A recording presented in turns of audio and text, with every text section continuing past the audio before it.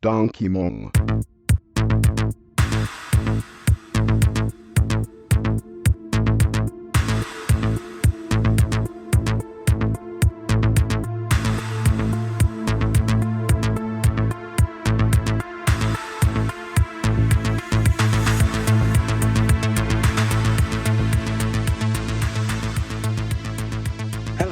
Episode 102 of Chet and John's Reassuringly Finite Gaming Playlist. My name's John Denton. With me, as always, Chet Rovers. Sea Chicken. I knew you were going to say that. 2 top 10 lists. 10 being the game we played the least this week, 1 being the game we played the most. There's been 102 of them now. Well, there's been 101 of them. There's going to be 102 of them. Let's do it. Okay, right. My number 10 is a game called Survivalist. It is an Xbox Live indie game, and it's brand new. This is a very, very odd one because the download is in the region of 200. It's almost 250 meg, I think, and it's one of the most expensive XSplit games you can get. It's about £3.50, so the equivalent of 400 points, which I believe was the maximum you could spend on an XSplit game. I've tried to track down the guy who made it. It's only credited as publisher and developer as lol noob. So I've had trouble trying to find. I literally just found a WordPress blog with like development details on it and stuff. So I've contacted whoever runs that and asked if they can. You know, it's Bandit country. I don't want to risk 350 on a game that could end as soon as the trial finishes. But it's a really, really good looking. It's a cel-shaded top-down action RPG that's basically what it appears to be a very, very competent rip-off of State of Decay. There's a bit of Silent Hill in there too. You're this guy in a suit in the middle of nowhere and there's a zombie outbreak. But it's really good looking. I mean, if I told you it was like a 4-year-old Xbox Live Arcade game, you'd probably believe me. Right. And the interface is nice. On the right, you've got this sort of real-time image of the guy's face. So when you're running away with zombies in the background, it's I don't know. It's really high-end for an XSplit game. So hopefully I can speak about it in the future because it's really interesting. I'm not sure about the combat, but hopefully that gets better as you progress through it. But yeah, Survivalist looks fucking interesting. Nothing like Don't Starve. No, not at all. No. I mean, it's clearly modelled itself on State of Decay. Okay, quite clearly. Right. My number 10 then is Face Raiders on Nintendo DS. I had to get a Nintendo 3DS XL because I lost, or more likely had stolen my Nintendo 3DS, which was a crushing disappointment. So yeah, I just had to bite the bullet and get a new one because I got some work to do. It's stuff I'll be able to talk about in future podcasts.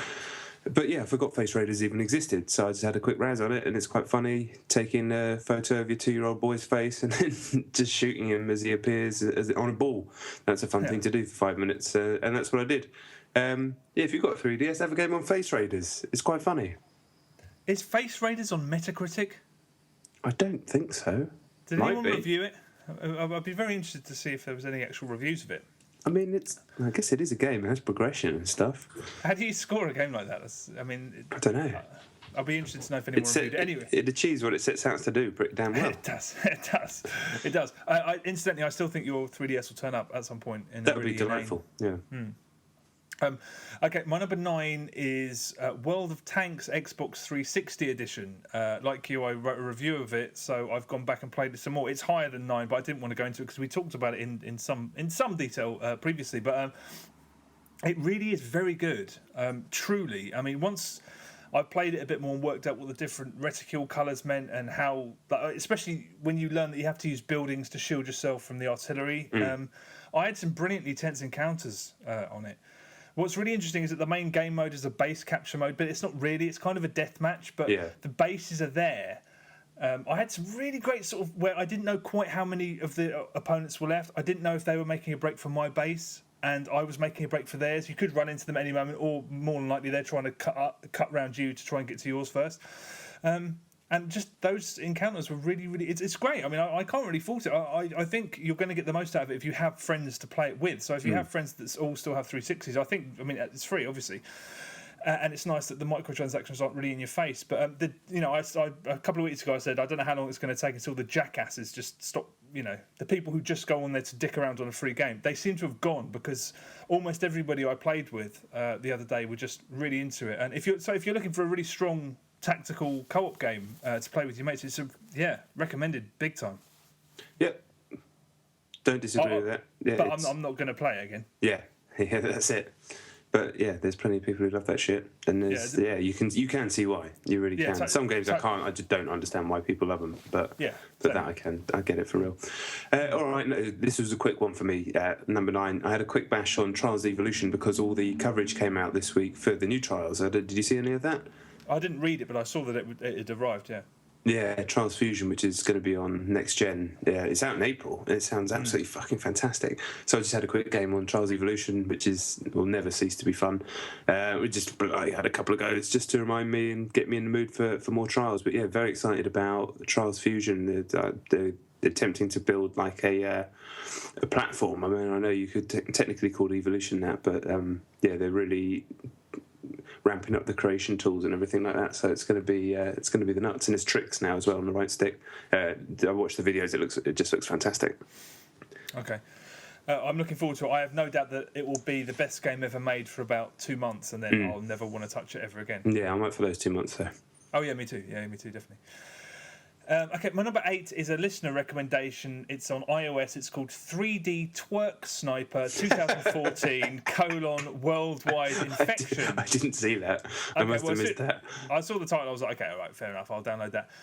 It's a very, very basic sniper game. It controls fine. There's no frills at all. It's very, very basic. In it, you're looking at these bikini-clad women walking around a street, and you have to keep an eye on them because at some point they'll start twerking, and then you have permission to shoot them. It's passable. I'm not one of those people that gets upset about the content. You know, the fact that there's bikini-clad women. You know, I mean, I wouldn't be surprised if the guy who made it just did it because it's amusing, just because we shoot everything else. Yeah. So I'm not going to be one of those people that goes, "Oh, it's fucking sexist," but the game's so repetitive and a little too much care was taken over the sort of death throes animation. So the way they kind of shudder and collapse, and you just see that over and over again, and it's the same gunshot noise, and it's interrupted by these really, really grey, just really unpleasant sort of business menus. It's just kind of like a video nasty. It's like, right. I don't really want to be doing this, and there's non-stop adverts as well. Non-stop adverts. So yeah, it's fucking rubbish, really. Yeah. It sounds horrendous, really. But yes, what a name! It's good on them for the title, but that's about it. What a world we live in. Mm-hmm. Right, okay. My number 8 is Rambo, the video game. On PC. You were kind enough to hook me up with a Steam code that we managed to get hold of. I didn't have enough time to give it the proper go, so I just had a brief go on the PC version. Yeah, I mean, you talked about it in depth last week, and I certainly, from what I played, can't add anything more to that. But I enjoyed what I played so far. It actually looks pretty nice on PC. It does. Like Rambo looks like some sort of like a lollipop that you roll on the ground, and he picks up a lot of fluff or something. But the rest of it looks quite nice. I didn't play with the mouse and keyboard. I just played with the controller. But yeah, just shooting. It's like the guy at the beginning. I wasn't paying attention. There's some people there's the funeral of Rambo, and then it happens, and then a man talks to you, and he might as well have just said, "Listen, we're basically going to have to turn the corner and shoot a load of identical Chinese guys right now." And yeah, I know they're not Chinese. And then that's what you do. And yeah, it's like Time Crisis on a controller. But shit, but Rambo. I do like the reload. I like the fact that there's an active reload because the combat's based around it. I mean, I've had it recommended to me on mouse and keyboard rather than a controller. I'll give it a go. I didn't have enough time to. I wanted to make sure that I played it a bit for this week. But I actually think I'll go back to it. Yeah, it's pretty good. All right, I'd be very interested to see if you persevere long enough to get to the final. I'm almost sure I won't. I'd be amazed if I did. Yeah, it's very weird because that game's. I've been thinking about it a little bit on and off this week, and it's the kind of game I kind of want to go back to at some point because the first 3 quarters are like passably entertaining. So yeah, is there co-op on the console version? Yeah, I think so. Yeah. I've heard it doesn't work properly. I don't know what that means. Yeah. I think I saw that fleetingly on Twitter when I was on there last Friday, but maybe I'm wrong. I don't know. So, useless information there. My number 7 is a game called OnlyOne on iOS. This is another listener recommendation. I played it on iPad. OnlyOne. It looks like an Atari 2600 game. It's very retro. It's a top-down hack and slash. You're a little swordsman, and it looks like it takes place it looks like a tree stump. And yeah, it's an action game. It primarily uses one button, but you get special moves and stuff. But you're just walking around hacking up all these enemies, and it's tied. Everything's tied to a very complicated level up structure where you level up weapons, shields, special moves, and so forth. And there's the microtransactions, obviously, which weren't too intrusive from what I could see, but I just found the game quite monotonous. I mean, I might go back to it. Are you just a guy, hack the guy, hack the guy, hack the guy, level up? Do you want to level up? Yeah. Do you want to buy some currency? Actually, it doesn't come up. You have to actually, if you want to spend money on it, you have to look, which is quite a good thing about it. Yeah, so it's fine. It's okay. Will I go back to it? I'd probably not. Maybe I will. I don't know. What was it called again? Only One. Oh, okay. There's these amusing sound bites. It's very sort of Conan. I don't know. Is that the right thing? I don't even know if that's correct. It's probably not. You're just a tiny little pixelated guy running around whacking people with a sword. It's okay. I'm surprised it was recommended, but maybe I'll go back to it. Do you say it all happens on a tree stump? It looks like he's a tiny little guy, right. And it's a gigantic tree stump, and there's all these. I wish I should have written down what some of the sound bites were. Like, I will champion myself. I don't know. I can't remember. But yeah, it's all about this level up structure with all these different things, and I don't know, just walking around pressing one button, occasionally freezing them and then hitting them. I don't know. It was okay. It was fine. Only One. Man on a tree stump. Yes. Yeah, all right. My number 7 then is The Binding of Isaac. Actually, there's been some new tracks released. They're doing very, very, very slow. It's not PR because it's just coming from Edmund himself. Can't really call it PR. They're just releasing a couple of music tracks of the new version that's going to be out reasonably soon.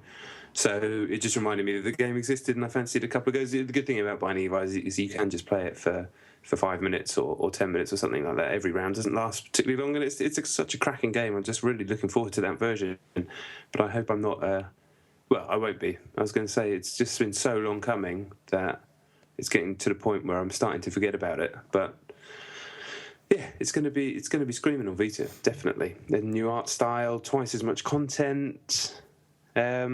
Yeah, and it's the Binding of Isaac that you might as well still get the original as well, because it's always about 30p, literally about 30p on Steam. So yeah, well worth playing. Shame it doesn't work with the joypad though. I'm looking forward to playing with the joypad. Is it definitely still coming? Because this was announced God knows when. 100%. Yeah, I mean, like I said, the reason I played it is because they're releasing tracks, new tracks that they've released 2 new tracks that are on the soundtrack, so it's coming maybe April on PlayStation. I thought it was on 360. Yeah, it's all switched around. It's all very confusing. Oh, right. So it's not coming out on any kind of Xbox console at all now? I don't know. We never know. No, we never know anything. That's true. Okay, my number 6 is FIFA 14 on the Xbox One. It's kind of exhausting. I don't want to talk about this for too long because I'm sure I'll end up repeating myself. I've been playing co-op with a friend. It's what we do when everyone else stops playing Battlefield. After we have a session of Battlefield, me and him play this on co-op. And it's made me really wish I was playing Pro Evo. Really? Well, it's nothing on Pro Evo, is it? When you really think about it, the actual core game, Pro Evolution Soccer 2014, is the superior game. I mean, we said it back then, but it's just playing FIFA even more and more. It's just made me realise. I mean, I can't abide the way you get screwed over constantly just because, hey, that's football. Jay and I, who I play with, we encounter a lot of players who clearly play just so that they keep getting corners. We had a game last night, and some guy scored off 3 corners in a row. In the first 30 in-game minutes, bang, bang, bang. I'm really happy for luck to come into play in a football game, but in FIFA 14, I just think there's way too much. It's just too much. I mean, there was another player we played, and for the whole game, I mean, at half-time, but for the whole game, we must have had well over 75% possession, and we were just peppering his goal, nothing happened. And then he won the game from a corner in the 90th minute or something. It's just too much, I think. It's just there's too much luck involved. And the star players are really overpowered. Really overpowered. One of those guys I mentioned before just kept passing it to Ronaldo, and he never got tired. Whatever team fucking Ronaldo plays for, I have no idea. Real Madrid, of course. How could I not have guessed that? He never got tired. He always troubled the keeper, even if he shot from the halfway line. It was just ridiculous. And even worse, I'll tell you who's even worse. Some fucking gigantic tall with a ponytail. Oh, Ibrahimovic. PSG, isn't it? Ibrahimovic, yeah. A joke. The guy just kept passing it to the guy. He could run through anybody. Nothing could stop him. It is stupid. I mean, Ronaldo is kind of like that in real life, but still, it's frustrating because you just feel. I guess, yeah, he is kind of like that in real life, but Ibrahimovic is just stupid in that game. I mean, he's amazing in real life, but he's not like that. He's just you can, like you say, you'll be peppering their goal, good possession, playing properly, and then all they're trying to do is getting that one chance to just an inch of space, shoot, and it screams into the top corner. I'm fine with that happening every now and again. It's the fact that they don't get tired that bothers me, because they can keep doing that for the whole 90 minutes. Yeah. Like, come on, they're playing half of their game with one player. That's just fucking ridiculous. I suppose all annually released sports games are like this, because after a couple of months, people who play it way too much are going to learn how to game individual aspects of the game. I mean, I don't know. I just recently I've just felt like, come back, Pro Evo, all is forgiven. Is it though? After all the fucking shit Pro Evo gave everybody. I don't know. It's frustrating and exhausting playing FIFA 14. I kind of wish Pro Evo hadn't just fucking kicked us all in the head. Yeah, me too. I can't even say it anymore. I just want to love it. That's all I want to do. I just want to love it, and yeah, it just lets me down. But yeah, FIFA. I have FIFA. I play it, but it's not. I just remember the glory days. Football games were what I played. That's what I did. I don't know, maybe online football games is awesome, but maybe it has kind of ruined them a little bit, because when you play with your friends in whatever situation you're in, whether you're at school or uni or whatever, you wouldn't game the system like players who play online do. You just wouldn't. There's unwritten rules and things when you play people, and you play to have. Yeah, you know what I'm talking about. Yeah. Whereas, FIFA is just, you can have great games, but it's just flattening to play someone who wants to play like that. Yeah. Absolutely flattening. Okay. Right, my number, where are we, 6? Is I played some more Donkey Kong, Tropical Freeze on Wii U, trying to pick up some of the secrets, and there's a ton of secrets in this game, loads of like Super Mario World levels of secret levels, like hidden exits and all that sort of stuff. And yeah, as much as I don't like the bosses, I do think they're too hard. They're just a pain in the arse. The levels themselves really are special. It's an absolute cracker of a platform game, and just kind of revealing more depth as you go back through it and trying to figure out the secrets and just trying to collect the Kong and all that sort of stuff, the other collectibles in it. And I said it last week, but it just does. It looks absolutely gorgeous. What a gorgeous game.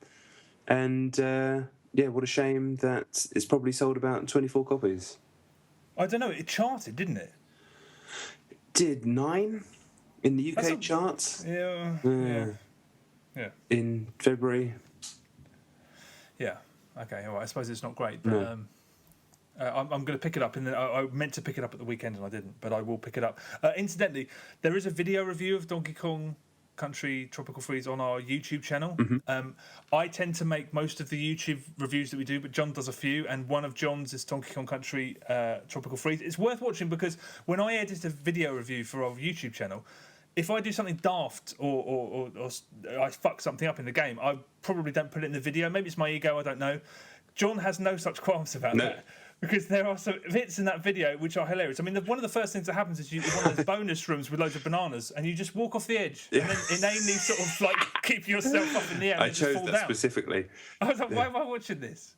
Because I thought it was funny. Oh, right. Okay, well, that's fair enough. I was just like, well, there's no quality control here. Well, no, it's supposed to be funny. It worked. Okay. Why did that happen? I just fucking fell off. Walked off? There's no felling. You didn't fall off anything. That's what's brilliant. You walk out and then go, oh shit, I've got a better boost to keep myself in the air for a second, then fall down again. If I was to make a slight excuse, it feels like there's a microscopic delay in the controls, but it's not. I just got confused about what was happening. Right. But you can see that's what I'm like. I have these moments, but I haven't slept properly in 2.5 years. Give a man a break. All right, fair enough. No, to be honest, there are bits like that I just don't put them in the video.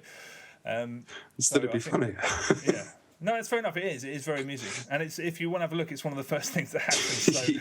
So well, it ends with me fucking up as well. Yeah, I mean, there is definitely a couple in there, definitely. But yeah, check that shit out. Okay, my number 5 is another Xbox Live indie game called Twin Tiger Shark. This is a vertically scrolling shoot 'em up that's modelled very closely on 1942, 1943, sort of those wartime biplane shooters. It's very, very similar to those games, but it's so good that it could be one of the originals. No way. I mean, it's very, very good. It's rock hard, though, and I mean, it's rock hard. There's 2 difficulty settings. One of them's easy, and one of them's hard. And believe me, easy is plenty hard enough for most people. The controls are quite rigid. A lot of modern shooters like this, they tend to give you so much control, and for some of those games, it works perfectly. But for a game that's as straightforward and simple as this, I think there's something in having a little bit of stiffness to the controls, because you have to be really apprehensive, and it's a cheap way to put you on the edge of the seat. But every time you dodge a bullet, you feel like you're just slipping around a corner to safety. But it works really well. I mean, like I beat 1 million on my 2nd or 3rd go, and I was really happy with that. But there's a really neat way. I don't know if this has been done before, but there's a really neat way of doing high scores, which is when you finish a game, it asks you if you want to upload your high scores. If you click yes, a QR code comes up. You scan it on your phone, and it automatically puts it onto an online leaderboard. Okay. The game's also available on Ouya, I think, and it's on PC as well.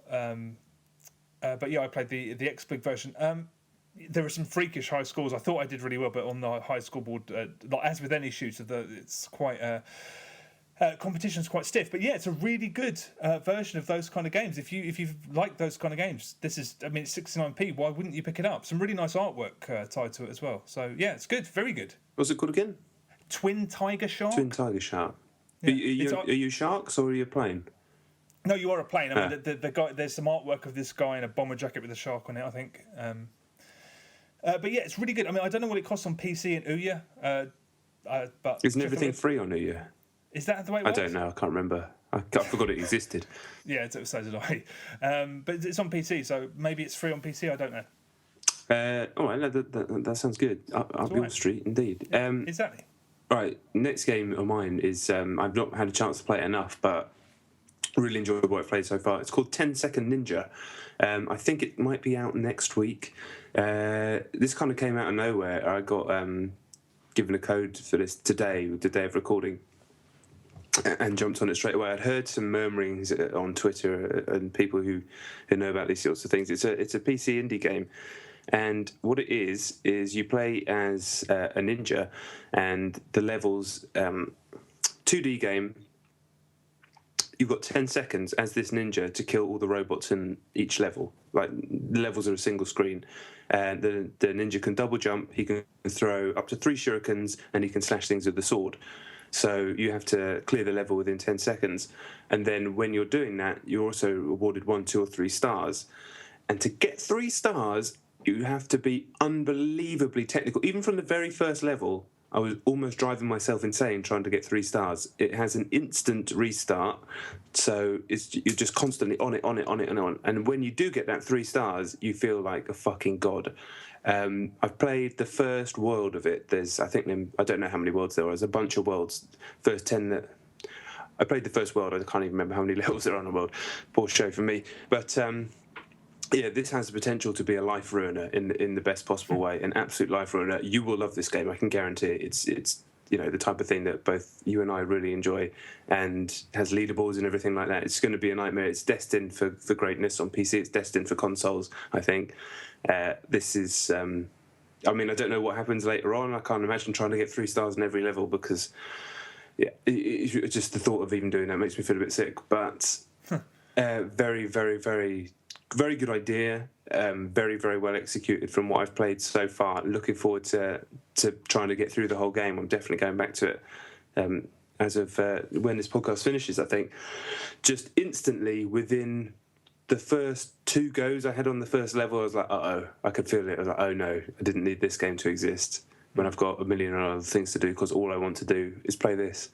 So yeah, dangerous game, very dangerous game.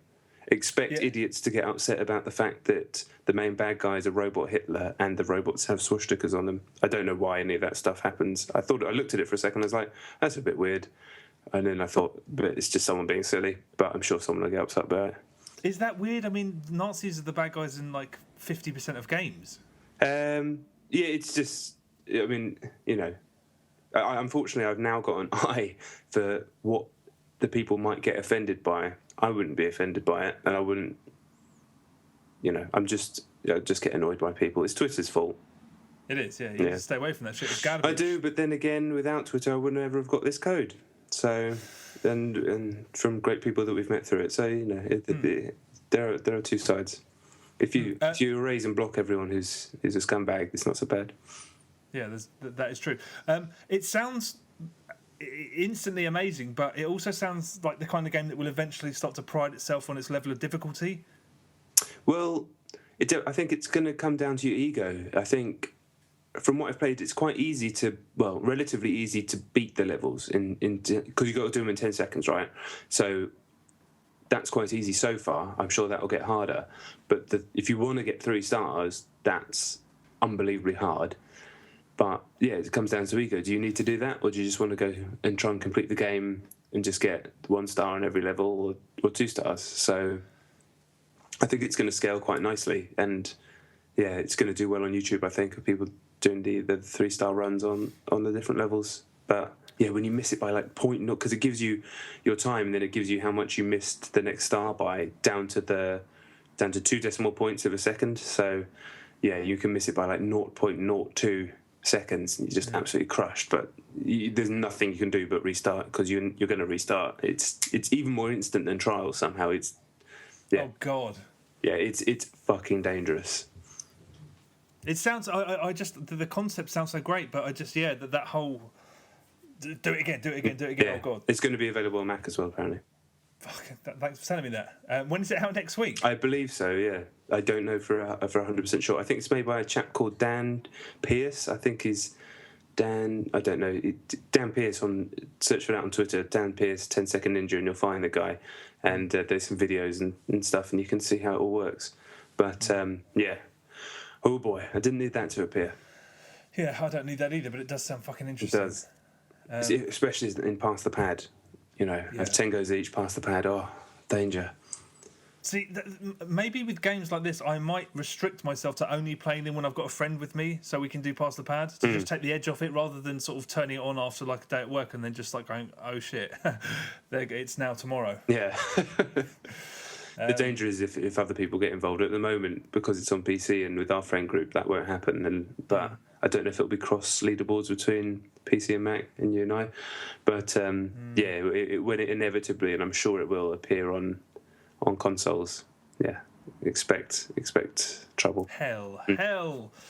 Expect design for an Xbox controller as well. Completely, it's like the on screen, like the menus are all A button and everything like that. It's supposed to be played like that. Okay, great. Okay, all right. Well, my number 4 is Outlast on the PlayStation 4. Right. I think, is it still free on PlayStation Plus? Or is it gone? I think it will be until Friday. It will be, and then after that it won't be. I think, but it might still be free after that. I don't know. Okay. Well, yeah, my girlfriends and I are doing it, taking it in turns, and I think the game's pretty amazing, to be honest.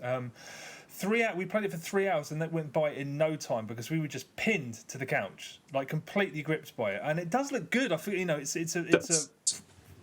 Sorry, say that again. Sorry, I kind of said it does, but I think I said it inside my own throat. And the Skype fucked up as well. Oh, okay. No, but it does look good for what I assume is a fairly hastily ported PC game. It does look really good. And it's got some really, really well orchestrated shocks in it. But alongside that, it's got some really fucking amazingly cheesy stuff in it. I mean, we just did that bit. Well, we've gone past it now, but there's that bit where you descend into the shower, when you exit the showers through the floor and go into the sewers.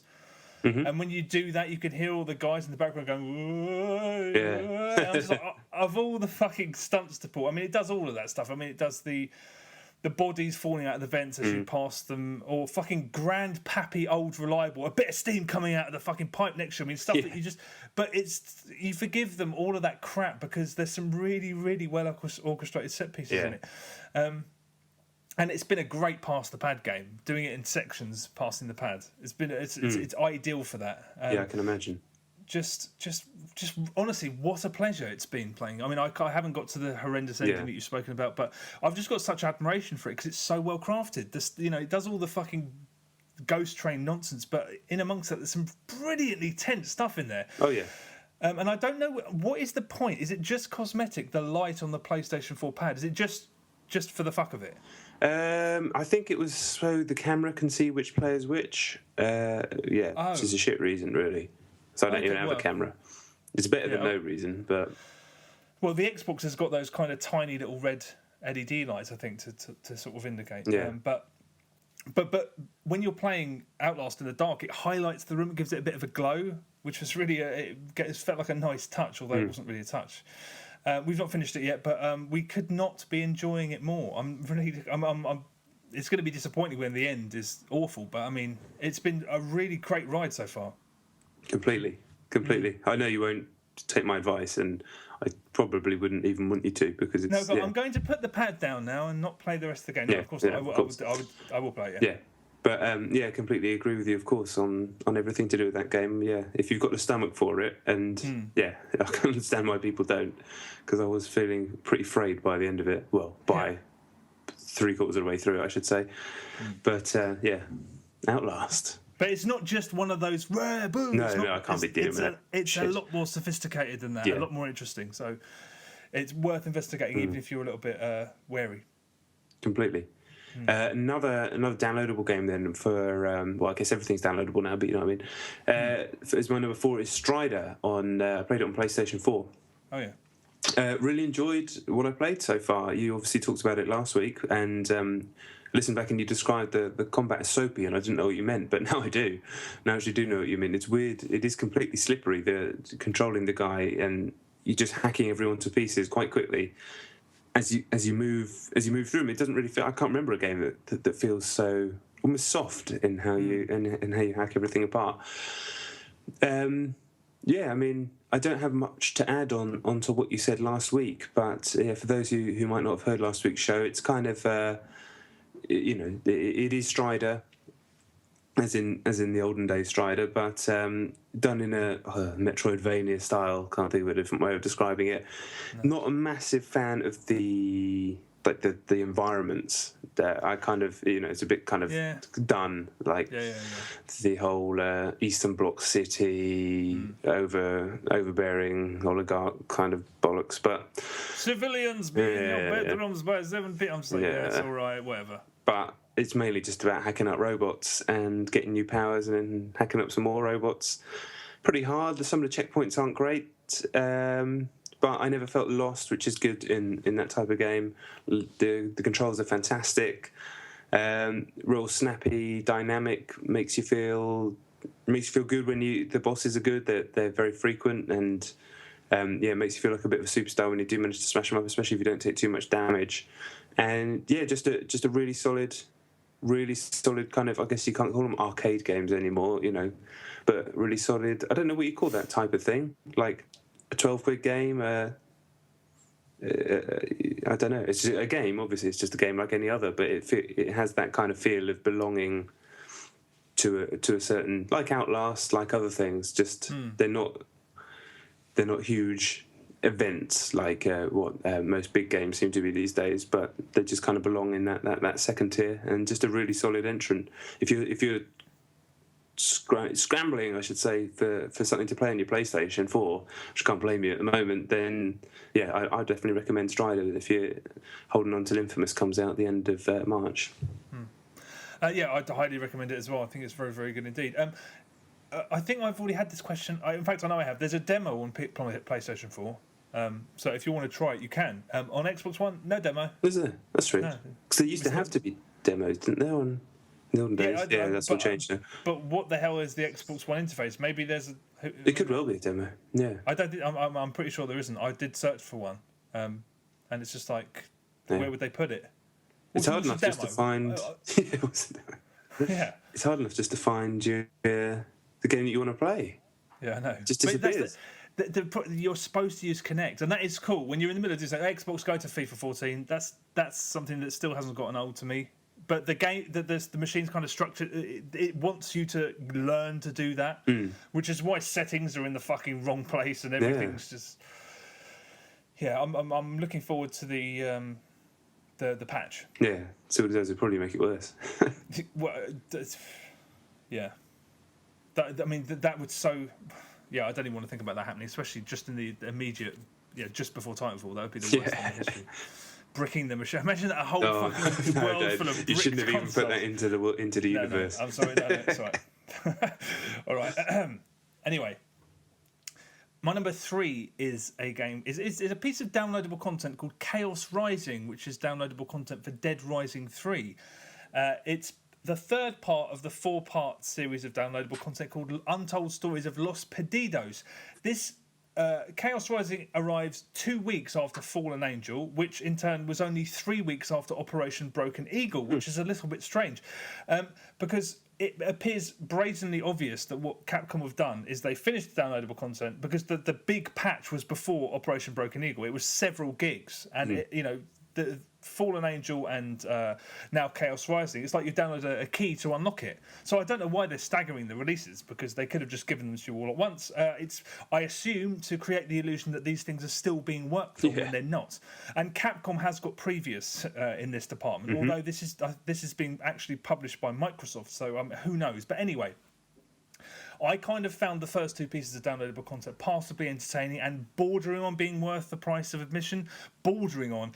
This is a whole other kettle of fish altogether. You play as the leader of a bike gang, whatever. The whole thing is just fetch quests. The first thing that happens is you encounter a bad guy. He's like, go and get my whiskey. And you're like, all right, I'll go and get that whiskey. You go get the whiskey. Then you meet some guy. He's like, go get me some bikes. At one point, while you're getting these bikes for this guy, your mission is explore while he works. And I'm like, what? Explore? And they're just like, explore. That's the mission. Go and walk around and do something. Make your own entertainment and then come back later. Thankfully, that only takes about sort of 10-15 minutes, and annoyingly, I've spoken about this when I talked about the last 2 bits of DLC. They do the same thing again, which is they construct the central mission around you pick up a vehicle and you have to drive from A to B and ensure that it doesn't get damaged. It was boring the first time, it was boring the second time, and Christ almighty, it's fucking boring this time. The whole thing is so dull that I just ran through most of it. I couldn't even be bothered to kill zombies, which is something I've never been able to say about any aspect of Dead Rising 3, because that's what the game is. It's the joy of stopping for a minute and just destroying other zombies. I could not be bothered here. There are glitches galore. So for such a short game, and the story is over in about 45 minutes. In that sort of 45 minutes, a boss came back to life after I killed him. Another boss I killed dropped a collectible upstairs on the roof above us. I fired a projectile at a canned animation of someone climbing out a window, and it just froze it in midair. For such a short period of game, it's got more glitches in it than most full games, easily. There's also the content is there's this 45-minute fetch quests, and then there are loads of collectibles. Now, collectibles are not content. If there's collectibles in a game and you like the game so much you will enjoy it, that's fine. But advertising them as new gameplay, it's not gameplay. I'm sorry. Most people don't want to do that shit. It's not content. So them saying, hey, there's 20 brand new bottles of whiskey hidden around the city. Bullshit. That is not content. Will the 4th part of this downloadable content be amazing to redeem the whole package? I think it's highly unlikely. This is an abject lesson in what a risky proposition those season passes can be. 1 out of 10. This is absolute fucking garbage. I mean, I was furious when it finished. I feel terrible for people who've shelled out for this. I wouldn't be surprised if the 4th one is just a fucking cutscene. Rubbish. Is it left a sour taste in your mouth about the game in general? No, nothing can tarnish that, because the main game is excellent, and I really think it's this whole insipid attitude towards downloadable content, because most of the stuff, I mean, they did it in the first 2 bits as well. They're like, oh yeah, there's loads of collectibles. I'm not going around looking for fucking collectibles, thank you very much. I did it in the main game because I liked the game enough, but that's not content. Scattering a few things around a fucking map, rubbish. And it's 45 minutes. I mean, it's fucking crap, Chaos Rising. It's not even content. Here's a few fetch quests. See you later. Bollocks.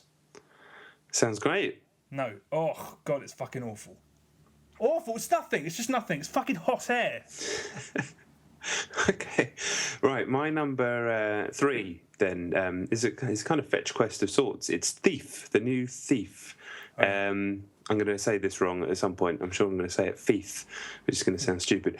I played the Xbox One version. My review is up right now on videogamer.com. It ended up being a little bit late because of issues that they had, and they ended up doing a review of the original Thief game, which is quite funny. Anyway, So yeah, the reviews haven't been great, and I dropped a 5 on it in the end. It's just kind of interminably dull. I texted you after the kind of tutorial mission. I was like, this is all right, because I was kind of enjoying it for what it was. It was better than I thought it was going to be at first. And what it is, obviously, Eidos Montreal's tried to make a game. You know what Thief is? It's a game about a guy called Garrett in a dark side of 19th century type English-ish city stealing stuff. That's what the game is, and it's a stealth game. This is that. It has fucking awful voice acting, so you can't immediately. You're just sapped out of the world. It looks really nice because it's an next-gen and PC only, and I think that's just going to be the standard. Really kind of visually atmospheric game, but straight away, for no reason, Garrett has an American accent. The woman he's with at the beginning has a Canadian accent. Everyone else in the game has a bad English accent, apart from the occasional person that also has an American accent. All of it's acted terribly, and the dialogue is just rubbish. It asks you quite often to listen to, as is quite often the way in stealth games, to listen to people's conversations to get clues about what you need to be doing. But it just makes you want to fucking brick yourself in the nose. The game itself it kind of purports to having an open world, but it doesn't really. It's basically just a series of missions which are go to a place, you need to steal a key item, and you're going to have to go through a lot of guards and situational stealth puzzles to get there. And none of that is particularly offensive, but in fact, it's kind of engaging. Garrett has the coolest thing about the game actually is obviously he's spending a lot of time crouching in shadows and generally being sneaky, watching guard patterns and whatnot. The stuff you've done a billion times before, which is to the game's detriment, but I'll go into that more in a second. But Garrett does have this cool move. It's called a swoop, and all it is you can quickly, basically press A and you run from a piece of shadow to shadow. It's kind of like the spin moving gears where you go between pieces of cover. Oh yeah, but not restrictive. You can do it anywhere. It's just kind of like a nice little idea. You go, okay, I could see that in another stealth game. That's not a bad little move. And at that point, it was like the intro was introducing that, and it was kind of smooth and kind of straightforward, and it looked nice. And I was like, yeah, this isn't too bad. And then it's just so boring. It's like, what did you do in the first Splinter Cell? You hid in the dark. You waited for people. You tracked some guards. Movements, and then you either snuck past them or attacked them, and this is just that. There's you can throw a bottle to distract someone, you can hide in a cupboard sometimes if you want to, you can kind of take out the lights. There's nothing you haven't done a million times before. There's no flair here, and there's no flair at all, and that's just what makes it. The more you play, the more boring it gets. It doesn't have the tension of what I haven't actually played the older Thief games, but from what I understand, they're incredibly tense and very specifically constructed in the atmosphere. The atmosphere is just stripped by the inane chatter and the fact that the world doesn't feel real at all, even though it looks nice. And the gameplay, it's just stuff you've done before. A million times. And I was thinking about the obvious counterpoint is Dishonored, because they're just the same. Like, that was the worry when they announced Thieves. Like, the city's coming under a plague. There's people kind of turning into these zombie things. There's over another fucking guy, he's called the Baron in this. He's just one of those guys that causes trouble. He's just in charge and everyone hates him. Just one of those guys, like every fucking game has. It's basically the same, but Dishonored is just such a... for starters, the city had so much character, and it was interesting to look at and interesting to explore, but the gameplay just offered so many different ways of... It really did redefine what stealth can be, and it also offered a full action game alongside that, and you could blend between the two. I'm not asking Thief to offer the action side of it, but when you play a game like Dishonored, or the other game that I mentioned is Mark of the Ninja, which is obviously very different in terms of how it's portrayed, but still allows you to be... It just did new things within stealth. This just doesn't. It doesn't even attempt to, and in the end, you just end up following a Call of Duty style dot on screen, one of those markers that tells you where to go, and that's just the game. As you come to a room, there's some guards, oh, what do I need to do here? Okay, I'm watching that guy go there, watching that. Okay, I need to go down there and crawl through there. Oh, I fucked it up. I'll just restart. And then eventually, oh, I've stolen the thing. I mean, the whole thing was just terminally dull, and it made me think, what exactly were they reaching for? Because it kind of felt there are set pieces in the game. There's things where like things catch fire and things, and you think, okay, they're kind of trying to make it a bit slicker, a bit more like a Uncharted, Call of Duty cinematic experience type of game, but they've not gone anywhere near far enough or dramatic or exciting or expensive enough for that, and it doesn't have the scope or the flexibility of a truly ambitious stealth game. So it just kind of sits in between the two camps, and then when you combine that with the atmosphere just not being there, I don't know, it's just like you're just going through the motions and just kind of wishing you're playing something else.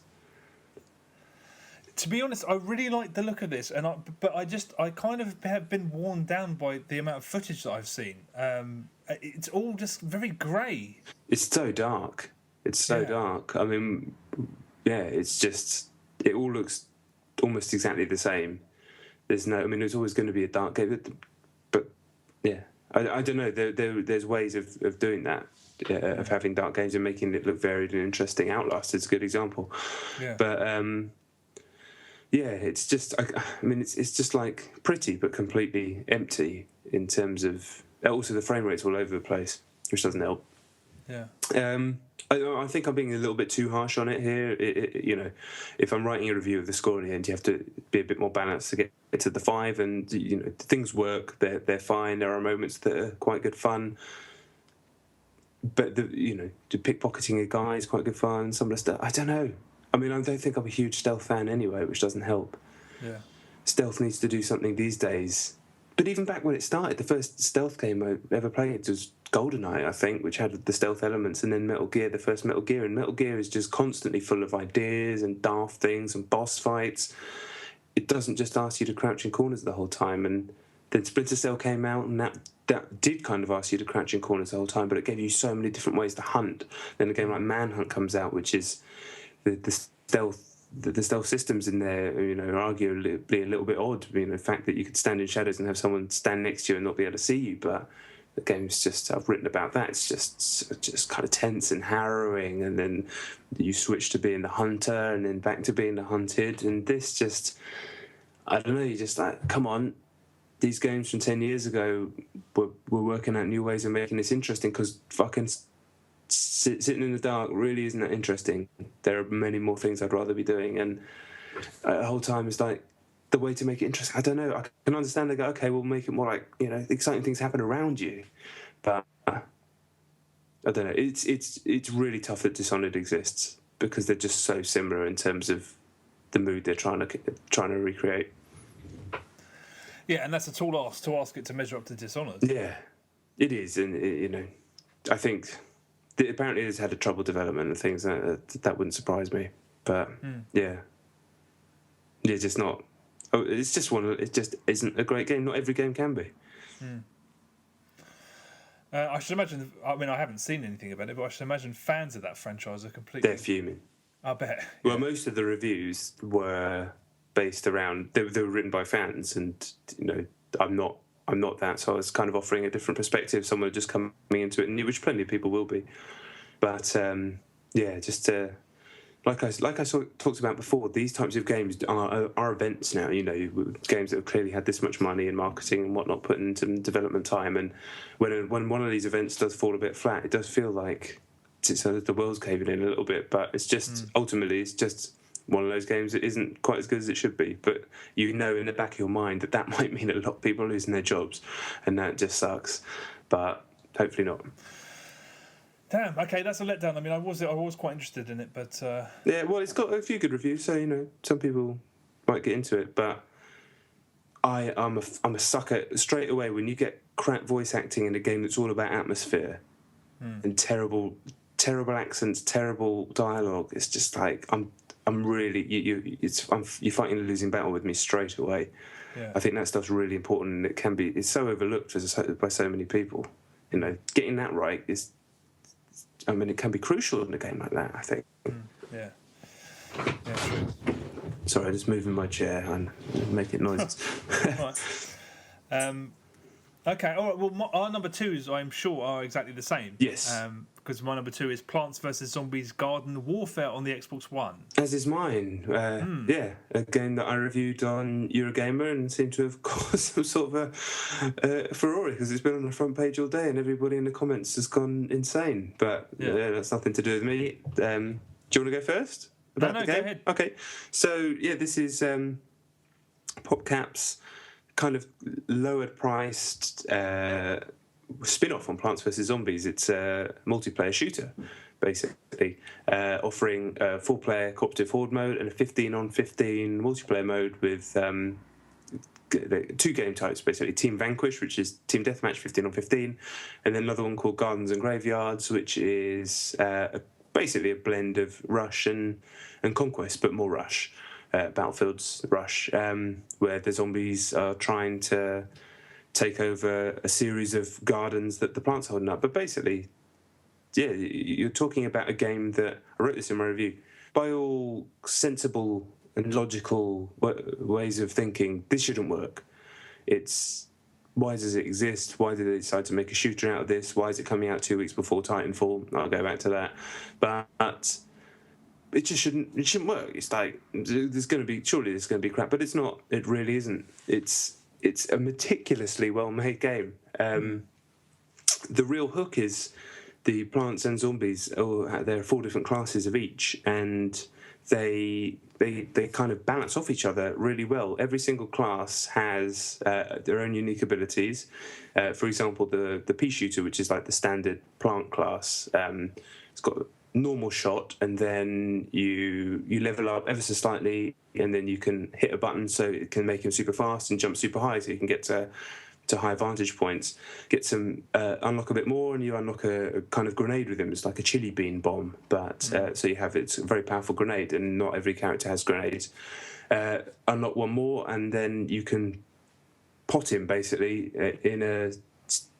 in a fixed position, and he turns into a minigun with a limited amount of ammo, so that massively ups your fire rate.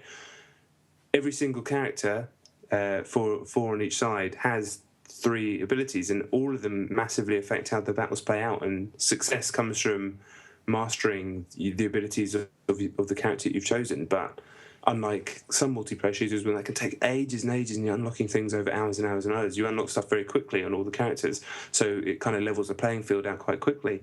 And you're just playing a game that's just it never ceases to be fun. The controls are absolutely marvelous. I don't know whether it's 1080p 60 frames, it doesn't matter. It looks nice and it's smooth as fuck. That's all you need to know. And I mean, we had the same reaction. I'd been playing it for a fair few hours before we played it together this week, but I could sense in your voice, what you were saying out loud as we played it was kind of what was happening in my head as I was playing it. You were sort of like, this is really fun, this is actually really good, and that it is. And then the more you play it, you just kind of accept that fact and go. And I started having some genuinely thrilling, exciting games where you have that same, I wrote this in the review, the same sense of like the tension, the elation, the triumph, the fucking desperation that you get from great like team-based multiplayer shooters. And that this game, it just has it. It does. I mean, I think it's really, really special. I mean, it's a third-person game, but it's a first-person shooter for kids. I mean, that's what it is. It's Battlefield for kids. I remember when the GameCube was out, and everybody was saying Nintendo finished, and I always used to say I really wish Nintendo would make Mario Paintball, because they could, it would tap into a genre that they've never touched. Incidentally, I'm asking when are they going to get with the program of Nintendo. I've given up. But it surprised me that it's taken this long to get at this kind of game. But it's not dumbed down either. Like you said, there's equivalents of like mines and AR drones and stuff. And there are secret passages that are only accessible by certain classes. And some of the environment is actually destructible. And best of all, there's an approximation of Battlefield 4's Commander mode. You can select it in the game as a loadout. If you die, you can jump into Commander mode if you like. But I played it today on a tablet, And they make it into a little, it's the same as it is on Battlefield 4, but when your squad do something, little sort of balloons pop up. If you're zombies, they're brains. If you're plants, they're little suns. That's right, yeah. And you tap them, so it becomes a tiny little... It's more accessible, it's more fun for kids, because that adds to your currency, and then you can launch sort of... they're missile attacks, but they're called different things. It's a very, very smart, but not simplified... game for children.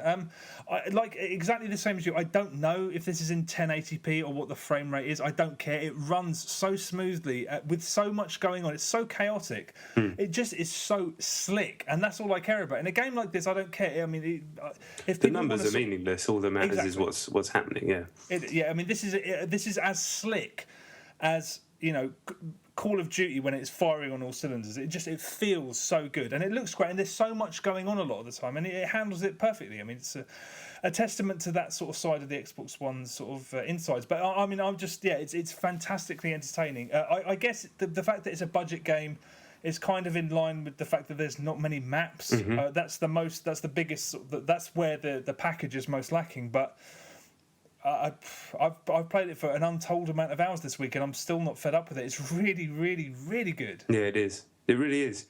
I really like the sticker shop as well. We should explain that briefly.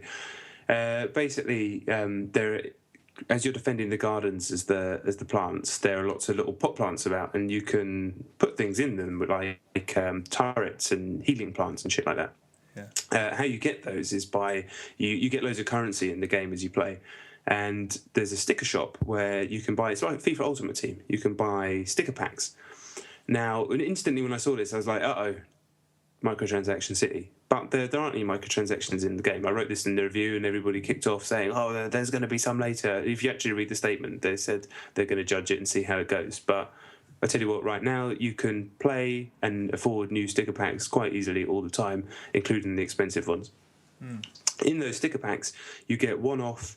use like turrets and all that stuff. You end up with a good arsenal of those. The higher price sticker packs have better stuff in, and you also get tons of cosmetic items for your characters, the different classes, which ends up you end up like dressing them up all funny. It's got good. It's Plants vs Zombies. It's PopCap. They kind of have that PopCap sense of humour, and everything about it. I don't know. There's something nice about opening those packets of stickers, and everything about it's just good. I don't know if it's going to have the tail. Well, it's not. I mean, quite simply, it's not going to have the tail of the true monsters of the genre. We've had our problems with Battlefield, but had that been working from the off, then you're still playing it, obviously, and we'll do COD people play forever. It's not going to have that sort of tail, like you said. There's probably not enough maps, and as much as there is going on and as fun as it is, it doesn't have the true drama of Battlefield and what we played at Titanfall so far. But even to have it in that conversation, that to be a sentence that I'm saying says how good this game is. But I still can't. I mean, I know this is for kids and Titanfall is whatever, but I can't. I just don't understand why it's coming out 2 weeks before Titanfall, a multiplayer only shooter on Xbox from EA. It is for kids, though. It is brilliantly designed for kids to get. But I tell you what, if kids play online, if they're playing online with the controller, they're going to get shit on, man. The people are too good. We were playing the other day. People are way too good. Kids aren't going to be able to deal with that. I don't know. I was the best. No, I don't know if I agree with that. When I was really young, I was sickening at games. I mean, I could trash anybody. But I tell you what, I mean, my boy's 2, and I put those 2 games in front of him, that and Titanfall, and I know which one he's going to want to play, and it isn't the cartoon one with the plants. It's the one with the big fucking robots. So I don't know. Yeah, I don't know. There's always going to be kids who, like your parents, like, you're not having that, boy. I want Titanfall. You're not having that. You're having the fucking Plants vs Zombies. But that kid is going to be fucking happy with what he gets given. True. I'll tell you. So it's legitimately pretty great. So it is. I'd recommend. I mean, but it is. I mean, yeah, it is. For people like us, it's weird that a game that's as diverting as this is coming, before the ultimate diversion, seems a little bit strange. But yeah, I think this will have legs because it is that good. And Plants vs. To be fair, Plants vs Zombies is a massive. I hate the word, but franchise. That is a massive name, and I was worried that nobody was going to buy it. But we were playing probably 4 p.m. What was it, about 4 p.m. UK time on the day it came out in America. So that's between it's fucking 8 a.m. and 11 a.m. in America, and every server we went on was full instantly. Yeah. So people have gone out and bought that day one early. So yeah, I'm not too worried about that anymore. Well, yeah, I mean, it's really rather good.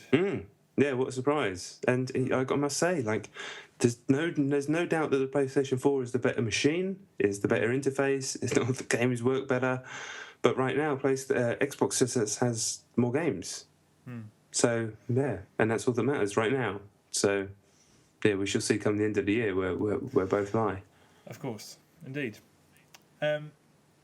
Okay, well, our number ones are also the same. Our number ones, well, I won't spoil it, but we made a YouTube video. Once again, I've deleted the original audio, so this audio has got... Every time. I know, yeah. This has got, like, gameplay footage underneath of it, which I hope isn't too destructive. But here are our number ones, blah, blah. Hey. Okay, so my number one is Castlevania Lords of Shadow 2. I played the PlayStation 3 version, also available on 360 and on PC.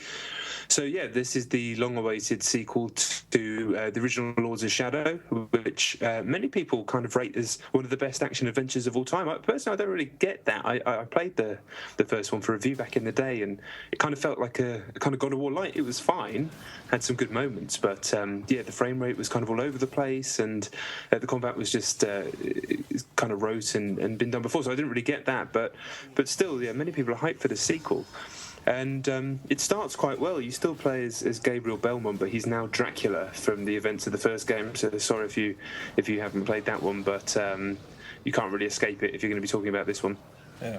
And yeah, the game begins with him in his castle, which is about to be sieged by baddies, basically. As he's now Dracula, he can actually feed on his enemies. That's part of the combat. It's actually basically just a QTE God of War style when you finish someone off, but it's kind of cool how that ties into the character. And the game begins like it's going to be exactly like the first one, sort of hack and slash action combat game, without, not as technical as a Platinum Games game, but it was very much God of War again. Long range combat, say long range, like medium range combat with his whip. Fast combos, dodging. He also has 2 extra weapons, something called the Void Sword, which is a bit slower, and you can regain health by hacking people up with it, and some claws which smash through armor. I mean, all of it's kind of, you've seen it all before, but it's slightly different to the first Lords of Shadow. From there, quickly, you have this kind of epic boss battle as you're climbing up the boss. It's kind of cool, I must say. The beginning, it's like one of God of War 3's Titan battles done a little bit on the cheap. It would be unfair for me to say on the cheap, because it's certainly quite lavish. And you think, okay, it's just going to be a slightly slicker version of the first game, all action, and then it all starts to go very wrong indeed. Soon after that, for some reason, the game transports itself into the present day, I'd say, and suddenly your character is partaking in long, tedious and poorly designed stealth sections, which are, I don't know why, for starters, and they're just not fun at all. You're kind of creeping through these, early on anyway, you're creeping through these I call them science corridors, I can't think of anything else. You've seen them in about 10 billion games. A corridor, grey floors, like the stuff that normally happens at the end of a game when they've run out of time. Creeping past these weird, like, Gears of War, Warhammer. Warhammer 40k baddies. Yeah, I don't know why, doing crap things like changing into a rat, and the only way to do it, there's like one solution to every stealth puzzle, and you just have to work it out, normally by trial and error. I'm just thinking, why am I doing this? This is just rubbish, and they are rubbish. You get through those. There's more hacking and slashing. That's fine. And then it's more stealth, and then it's more hacking and slashing, and long cutscenes acted by brilliant actors, but with a terrible script. Yeah. A terrible script. It doesn't mean you can get Paddy Stewart and Hamish Macbeth all day, but it doesn't matter if they're not given anything to work with. And it does sound like they're just on the other end of the phone most of the time. the more you play the game, there's still moments. It has its moments, like amazing Gothic architecture will just kind of appear out of nowhere. The game kind of jumps backwards and forwards in timelines, and it's kind of confused as to exactly where you are. And you have these moments which look amazing, especially for last gen tech as it is. And you're having fun with the combat. The combat's fine. I'd say it's probably for the most part better than the first game, but it's so quick to throw those moments away that you just end up feeling frustrated and bored, and that's criminal in a game like this. It shouldn't be boring. And the game's massive. It's really fucking long for this genre.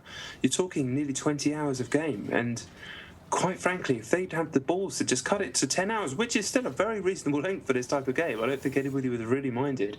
Got rid of all the stealth and just tightened up the action and just kept it kind of relentless, because like I say, it does have its moments. There's a battle with a boss across a train that like brings in all sorts of different elements, which is pretty cool, and it would have just been a better game for it if they'd managed to do all that stuff. But I think they really tried to overreach, tried to sort of sign off this generation with a true epic, and for me, really kind of they dropped the ball.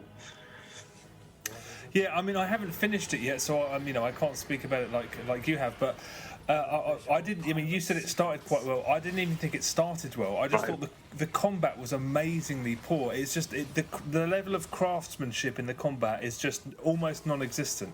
It's so simplistic. And the other thing is the enemies don't telegraph their moves, and it means that because it's so visually, it's very drab.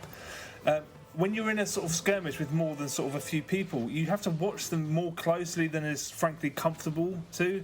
And I just ended up blocking and or dodging all of the time. So the combat was incredibly unsatisfying. And that quick time event finisher move that you mentioned, you can use any button to nail it. It's just 2 circles coalesce. You press one button, you can be quite late about it. There's no timing, doesn't matter which button it is. So it's not even really a quick time event. I don't even know what it is. Just press something on your pad now. It's rubbish. Yeah, it is rubbish. It's rubbish, to be fair. And it does have an all-star cast, which you do not often see in video games, but that's because all-star casts are very expensive. And yeah, like you said, it's a waste of their talents because it is a gibberish. The story is fucking gibberish. But not only that, the fact that they've paid all that money, you play the game thinking, I wish they'd have spent this money somewhere else, because the game feels like it's sort of at a B level. The first Lords of Shadow I liked enough, but it did feel a little bit more lavish than this. This just feels kind of churned out and cheap. It has its moments, though, to be fair to it. I mean, there's like cheapness sort of was sown throughout the game, undoubtedly. Cheap environments and very slow, plodding sections that I don't really understand why they're there. Nobody called for them. They weren't in the first game. But then you'll turn a corner and some lavish Gothic landscape will be there, some amazing castle, or quite an impressive, imposing boss. And you just think, yeah, this is fine. I mean, I didn't have as much of a problem with the combat as you do. I certainly didn't think it was great or even particularly good, but it was fine. It wasn't bothering me.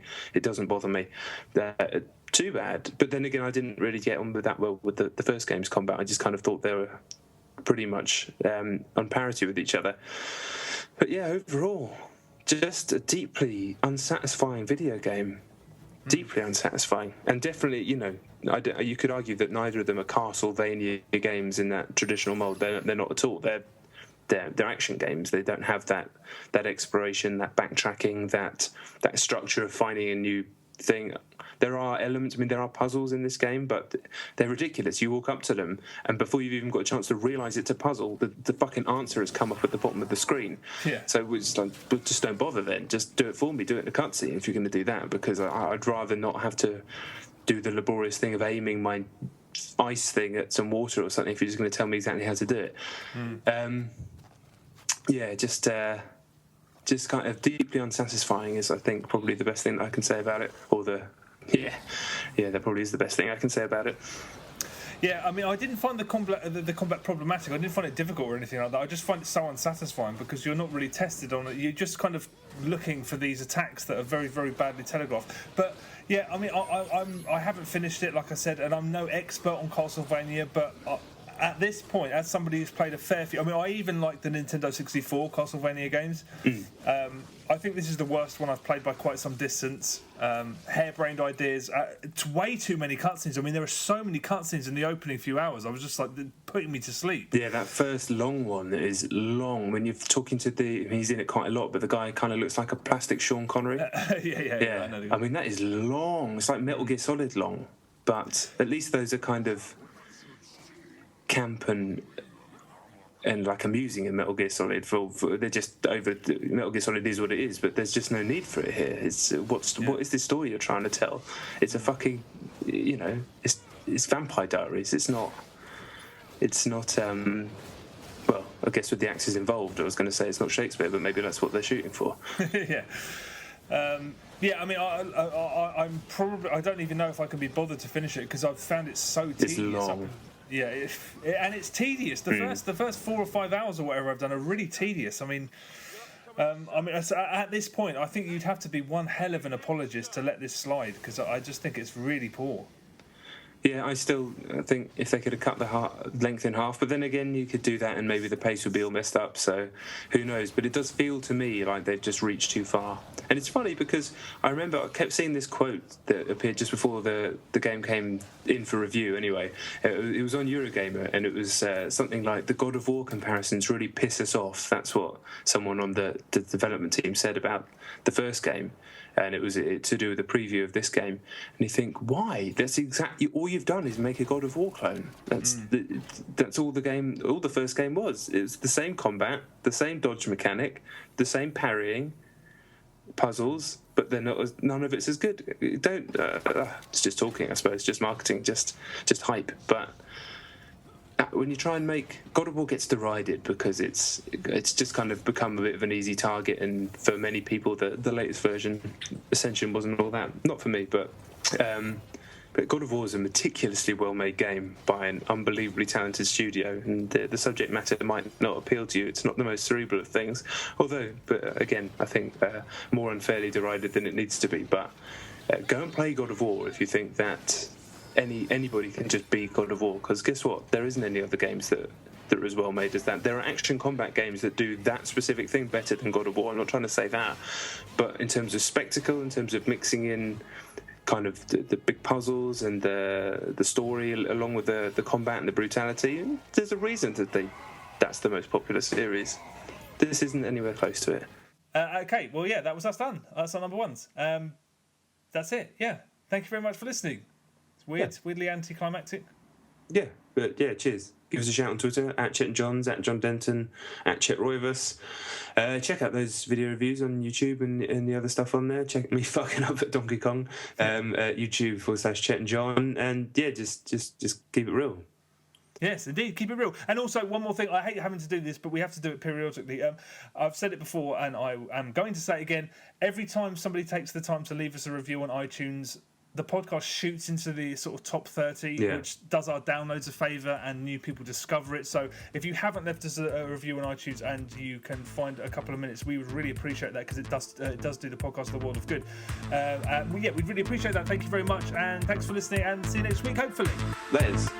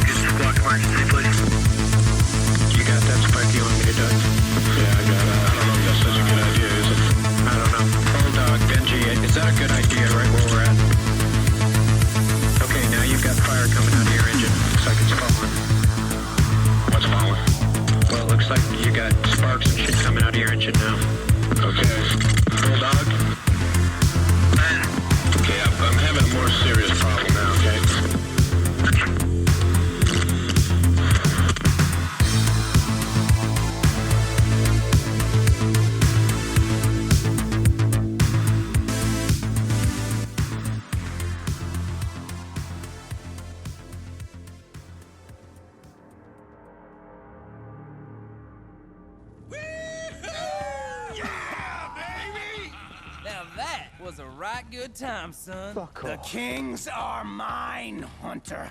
This'll take him out. Mine!